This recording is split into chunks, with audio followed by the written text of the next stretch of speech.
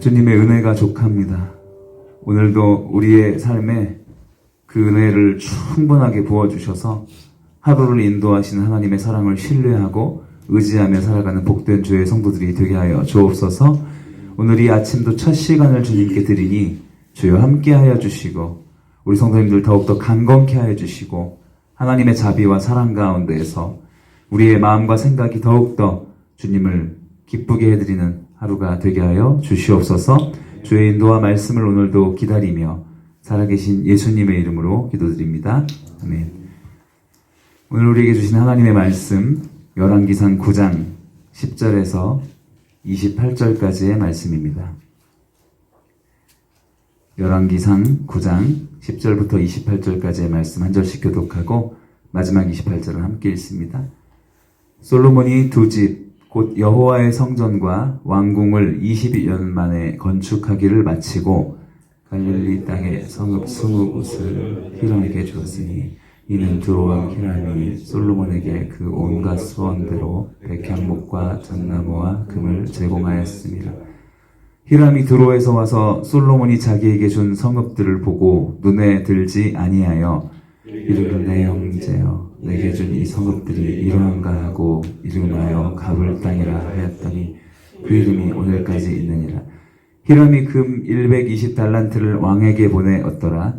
솔로몬 왕이 역군을 일으킨 까닭은 여호와의 성전과 자기 왕궁과 밀로 예루살렘 성과 하술과 겟셀을 건축하려 전에 애굽왕 바로가 올라와서 겟셀을 탈취하여 불사르고 그 성읍에 사는 가나안 사람을 죽이고 그 성읍을 자기 딸 솔로몬의 아내에게 예물로 주었더니 솔로몬이 겟셀과 아래 벳토론을 건축하고 또 바알락과 그 땅에 들에 있는 다드몰과 자기에게 있는 모든 국고성과 병거 성들과 마병의 성들을 건축하고 솔로몬이 또 예루살렘과 레바논과 그가 다스리는 온 땅에 건축하고자 하던 것을 다 건축하였는데 이스라엘 자손이 아닌 아모리 사람과 헷 사람과 브리스 사람과 히윗 사람과 여부수 사람 중 남아있는 모든 사람 곧 이스라엘 자손이 다 멸하지 못함으로 그 땅에 남아있는 그들의 자손들을 솔로몬이 노예로 역군을 삼아 오늘까지 이르렀습니다. 다만 이스라엘 자손은 솔로몬이 노예를 삼지 아니하였으니 그들은 군사와 그 신하와 고관과 대장이며 병거와 마병의 주의관이 됨이었더라. 솔로몬에게 감독하는 우두머리 550명이 이라는 백성을 다스렸더라. 바로의 딸이 다윗성에서부터 올라와 솔로몬이 그를 위하여 건축한 궁에 이를 때에 솔로몬이 밀로를 건축하였더라. 솔로몬이 여호와를 위하여 쌓은 제단이 해마다 3번씩 번제와 감사의 제물을 드리고 여호와 앞에 있는 제단에 분향하니라. 이에 성전 짓는 일을 마치니라. 솔로몬 왕이 에돔 땅 홍해 물가의 엘롯 근처 에시온 게벨에서 배들을 지은지라. 히람이 자기 종 곧 바다에 익숙한 시공들을 솔로몬의 종과 함께 그 배로 함께 그들이 오빌에 이르러 거기서 금 420달란트를 얻고 솔로몬 왕에게로 가져왔더라. 아멘. 몇 주 전에 주일에 설교했던 두 히람이 등장했고 말씀하셨던 것처럼 세상적 히람이 되지 말고 하나님께 속한 히람이 되자 제가 말씀드린 적이 있었습니다. 히람의 이야기를 지나서 이제 열왕기서의 기자는 솔로몬의 성전 건축에 매듭을 지어가는 시점에 있습니다. 그래서 오늘 하나씩 실제적인 사건들을 통해서 오늘을 사는 하나님의 자녀들에게 어떤 교훈을 주시는가 두 가지의 의미를 살펴보기 원해요. 성전 건축의 마무리 안에서 주시는 첫 번째 교훈은 무엇인가? 세상 노예가 되지 말고 세상을 노예로 삼으라 라고 교훈하고 계세요. 20절을 보시죠. 이스라엘 자손이 아닌 아모리 사람과 헷 사람과 브리스 사람과 히윗 사람과 여부스 사람 중 남아있는 모든 사람 곧 이스라엘 자손이 다 멸하지 못함으로 그 땅에 남아있는 그들의 자손들을 솔로몬이 노예로 역군을 삼아 오늘까지 이르렀으되 다만 이스라엘 자손은 솔로몬이 노예를 삼지 아니하였으니 그들은 군사와 그 신하와 고관과 대장이며 병거와 마병의 지휘관이 됨이었더라. 이스라엘과 하나님의 자녀의 본분에 대해서 성경이 분명하게 설명하고 있는 부분이 있습니다. 그것은 우리는 세상과 세속의 노예로 살 인생이 아니라 그리스도의 사랑의 노예로 살 사람들이다. 그래서 우리가 하나님의 참 자녀다움을 입는다는 것, 주님의 생각과 주님의 뜻을 향한 온유함을 가지고 세속의 노예로 이끌려 살아가는 것이 아니라 하나님께 그리스도의 종으로 이끌려가는 삶이 마땅하다고 교훈하고 계십니다. 한 문장이지만 다만 이스라엘 자손이 솔로몬이 이스라엘 자손은 노예를 삼지 않았다. 그리고 어떻게 기록합니까? 그들은 군사가 되고 신하와 고관과 대장이 되고 병거와 마병의 지휘관이 되었다. 실제적인 사건이기도 하지만 영적인 교훈을 주기도 하고 있습니다. 우리가 영적인 회복이 일어나기 시작하면 온전하게 거룩한 곳에 눈을 뜨게 됩니다. 하나님이 바라보시는 곳에 눈을 뜨게 합니다. 돌아보면 인생은 평판이 굉장히 중요합니다.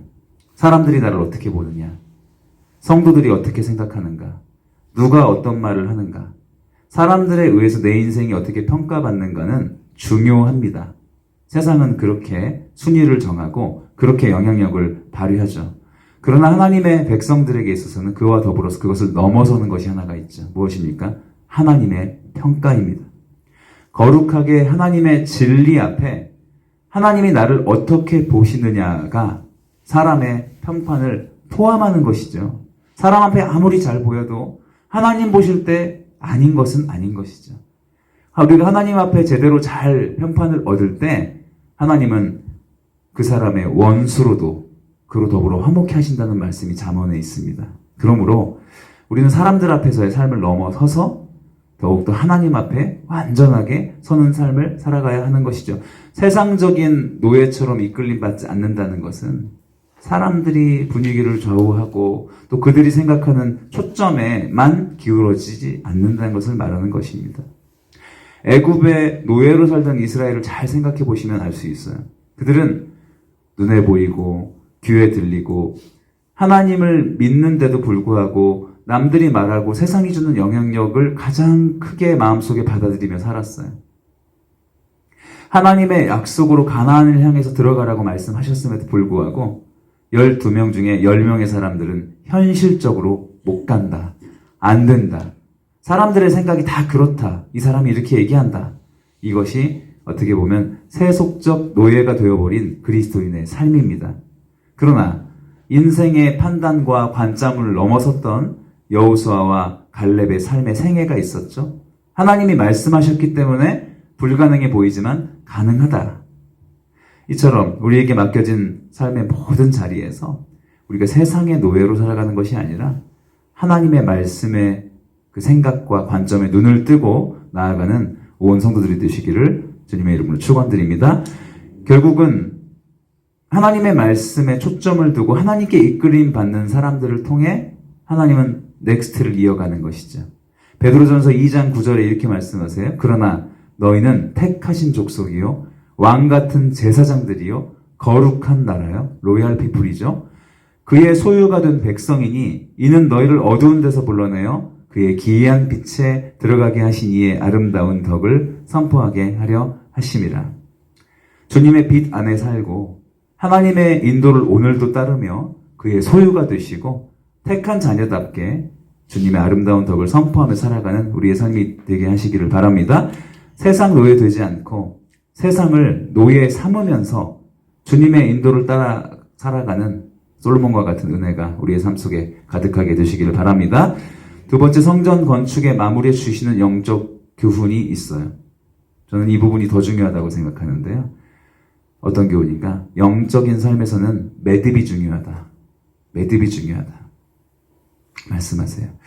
하나님 앞에 세속적인 빈틈이 있는가 없는가 늘 우리의 삶을 점검해야 되는 것이거든요. 왜? 세상은 끊임없이 우리를 향해서 틈을 노리고 있어요. 자, 24절에 이런 기록이 있어요.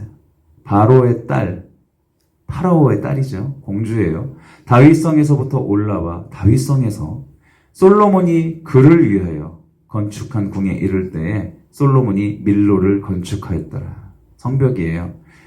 그리고 26절에 솔로몬 왕이 또 에돔 땅 홍해 물가의 엘롯 근처 에시온 게벨에서 배들을 지었다. 28절에 28절 보시면 그들이 오빌에 이르러 거기서 금 420달란트를 얻고 솔로몬 왕에게로 가져왔더라.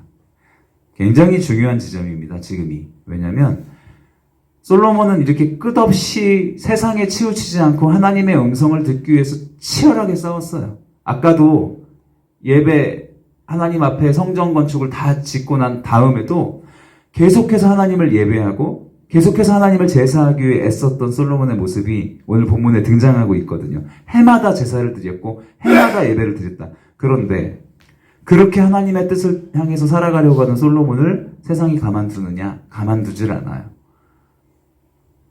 그를 어떻게 종용하고 있습니까?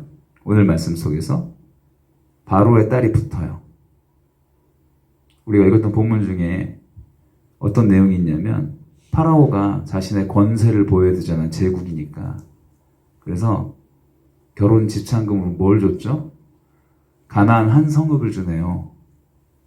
어떻게 줬죠? 가나안에 있는 모든 사람을 다 죽였어요. 그 성읍 안에 있는 사람을. 피바다를 만들어 놓고 다 걷어내고 그리고 솔로몬의 아내인 자신의 딸에게 그 성읍을 선물해 줍니다. 자, 이 당시에 이런 일들은 흔했어요. 왕의 권세는 신권이었기 때문에 그때 솔로몬은 어떻게 할 수가 없었어요. 솔로몬의 침묵이 있습니다. 왜? 시대가, 트렌드가, 그리고 사회를 살아갔던 분위기가 그랬기 때문에. 그런데 그 지점부터 솔로몬의 인생이 흔들리기 시작합니다. 틈을 타고 들어간 거죠. 바로의 딸이 등장하기 시작하잖아요. 그리고 26절에서도 에돔 땅 홍해 물가의 엘롯 근처 에시온 geb에서 지은 배들은 하나님의 것을 위한 배들이 아니었어요. 이 사이사이로 들어오기 시작하는 세상의 영향력들을 성경은 복선으로 깔아내고 있습니다. 자, 28절에 가서 금 420달란트가 솔로몬 왕에게 뭐 얼마나 큰 것이겠어요? 여기서 세상의 명예와 세상의 부귀와 세상적인 영향력들이 조금씩 솔로몬에게 들어가기 시작해요. 솔로몬은 최선을 다했어요. 어떻게 해서든지 하나님을 예배하고 어떻게 해서든지 하나님을 경외하는 인생으로 서기 위해 애썼는데 세상은요 영적 틈을 노리기에 급급하거든요. 자, 그리고 이제 예고편을 말씀해 드립니다. 내일 새벽에는 스바 여왕이 등장해요.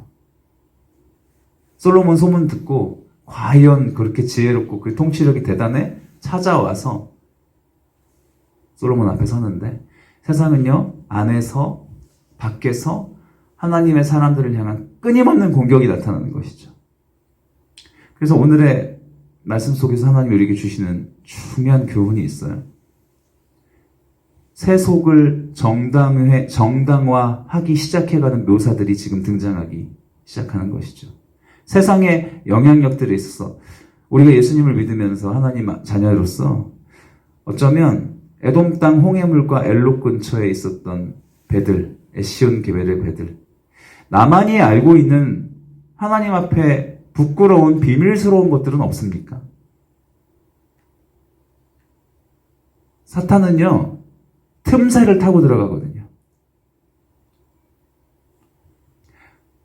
아무도 모르지만 세상과 은근하게 손잡고 있는 그 자리는 없습니까? 굉장히 신앙적인 것 같지만 하나님께서 말씀하시는 해결하지 못한 삶의 지점들은 안 계십니까? 그것들이 솔로몬의 그 놀라운 업적들을 다 무너뜨리고 말아요. 아니나 다를까 이 지혜의 세상 천왕 솔로몬이 이 세상의 틈새 전략에 흔들리기 시작해요. 그래서 오늘 말씀이 주시는 교훈이 뭐예요? 아무리 좋은 믿음의 업적들을 잘 쌓았어도 매듭에서 다 무너져 버릴 수가 있다. 우리가 세속적 빈틈이 없게 살아야 하는 분명한 이유가 거기에 있죠. 시작이 좋았어도 끝이 중요해요. 제가 예전에 한국에서 부흥 집회를 할 때 이제 강사님들을 모시고 왔다 갔다 할 때 참 많은 이제 기라성 같은 강사님들이 계시니까 차 속에 이제 의전을 해드리면 항상 1시간, 2시간 동안 대화가 오가잖아요. 정말 많이 배웠어요. 어느 날 강준민 목사님 모시고 부모님 댁 이제 모셔드리고 차가 막혀서 한 3시간, 4시간을 같이 있었거든요. 근데 딱 하시는 말씀이, 목사님, 제가 목사님 어떻게 도울 수 있을까요? 뭐든지 물어보세요 하더라고요. 그 한마디, 리더는 매듭이 중요해요. 마무리가 잘 돼요. 시작도 중요한데 매듭이 더 중요해요. 예수님은 십자가로 삶을 매듭하셨어요. 그렇죠? 그래서 오늘 나의 삶을 돌아보시면서 우리가 마음속에 담아가야 될 교훈이 있어요. 세상의 소리를 닫고 하나님의 목소리에 귀를 활짝 여시게 되시기를 바랍니다. 무엇보다 지금까지 그 찬란한 성전 봉헌식까지 클라이막스를 쳤던 솔로몬의 인생, 그러나 세상이 가만두지 않아요. 그 인생의 매듭의 지점에 빈틈을 만들면 지금까지 쌓아왔던 모든 것들이 한순간에 무너질 수 있습니다. 그러므로 더 하나님 앞에 온전히 서서, 우리의 자녀의 인생도 그렇습니다. 잘 나가다가 어느 한 지점 잠깐 방심하면 그동안 쌓아왔던 것들이 무너져 내릴 수 있거든요.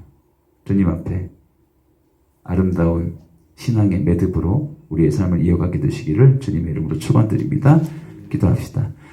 오늘 솔로몬의 성전 건축의 마무리를 통해서 2가지의 기도를 가지고 나갔으면 좋겠어요. 우리는 로얄 피플입니다. 세상에 휘둘릴 인생이 아니에요. 우리가 세상의 노예가 되지 말게 하여 주시고 세상을 노예 삼게 해주십시오. 하나님, 우리와 우리의 자녀의 인생 속에 세상에 휘둘리는 인생이 아니라 담대하게, 거룩하게, 예수님처럼 하나님의 자녀다운 명예를 지켜나가며 끝까지 주님의 편에 서서 우리의 삶이 세상이 아무리 우리를 향해서 손짓한다 할지라도 솔로몬 최선을 다했어요. 끝까지 주님 앞에 서서 하나님의 명예를 마음속에 품고 살아가는 우리의 삶이 될 수 있도록 함께 나아가 기도했으면 좋겠어요. 그리고 또한 영적인 마무리가 중요합니다. 우리 인생의 매듭을 사람의 소리를 넘어서서 온전히 하나님의 뜻 앞에 세워가게 하여 주시옵소서. 세상적인 그 작은 유혹 하나, 바로의 딸이 우리를 향해 들어올 때 세상적인 그 금붙이 몇 가지 가지려고 그 명예와 그 찬란한 권세 앞에 흔들리지 아니하고 빈틈을 내놓지 아니하고 하나님 앞에 마지막까지 매듭을 다하는 인생으로 주 앞에 쓰임받는 저희의 삶과 우리 자녀의 인생, 우리의 미래가 되게 해달라고 말씀 생각하는 하시면서 함께 기도합시다. 하나님 아버지, 오늘도 주의 은혜 가운데 우리를 불러주셨습니다. 하나님, 세상의 노예가 되지 않게 하시고 세상에 끌려다니는 삶이 아니라 하나님 앞에 이끌림받는 삶으로 저희를 인도하여 주시옵소서. 영적으로 아름답게 잘 매듭짓는 인생이 되게 하여 주셔서 우리의 삶의 시간 속에 사람의 소리를 넘어서서 하나님 앞에 하나님의 평가와 하나님의 평판 앞에 서는 저희의 삶이 될 수 있게 하여 주시옵소서. 하나님의 뜻 앞에 우리의 인생을 아름답게 세워갈 수 있기를 합니다. 빈틈없게 주님이 원하시는 삶의 모습의 자리에 순종하며 하나님께 나아가는 저희의 시간들이 될 수 있도록, 저희의 인생이 될 수 있도록 성령님 은혜를 베풀어 주시고 하나님께 영광이 되는 삶이 될 수 있도록 성령님 기름 부어주시고 역사해 주시옵소서. 우리 시간에 한 번 더 기도하며 나아갈 때 다가오는 주일, 또 감사의 주일로 지낼 것입니다. 하나님께서 은혜 가운데 우리 임마누엘 교회를 다시 한번 아름답게 성령의 인도하신 가운데 부흥하게 하시고 또 성장하게 하실 것을 기대하며 한 해의 삶을 돌아보며 우리의 삶에 있었던 모든 광야의 시간들조차 하나님의 플랜 안에 있었다면 그 모든 것은 합력하여 선을 이루실 것입니다. 하나님 앞에 우리의 자녀의 인생과 우리의 인생, 또 교회의 모든 넥스트를 하나님 앞에 맡기며 풍성한 감사가 이루어지는, 하나님을 향한 경배가 이루어지는 축제의 예배가 계속해서 이루어지고 이어져 가게 해달라고 우리 주일의 예배 또 모든 사역들을 생각한 합심해서 함께 기도하겠습니다. 기도합시다. 하나님 아버지, 여호와께 감사하라. 그는 선하시며 그 인자하심이 영원하심이라 말씀하고 계십니다. 하나님, 우리 임마누엘 교회를 통하여 이루신 하나님의 놀라운 은혜의 기름 부으심을 기억하게 해주시고 하나님, 온 성도들이 가슴 벅찬 하나님 앞에서 경배를 올려드리기에 부족함이 없는 예배가 이어져갈 수 있도록 하나님, 예배 가운데 감사주일에 하나님 앞에 풍성한 경배가 올려지게 해 주시옵소서. 예배를 준비한 모든 손길들, 특별히 성찬식 가운데 성령의 인재로 함께하여 주셔서 각 십년 가운데 예수 그리스도의 살과 피가 하나님 우리의 인생에 놀라운 은혜의 반전을 일으키고 하나님의 놀라운 부르심에 대해 동참하는 역사를 나타낼 수 있도록 성령님 함께해 주시고 역사해 주시옵소서. 이 성도들의 기도 가운데 귀를 기울여 주시고 저 앞에 나오는 거룩한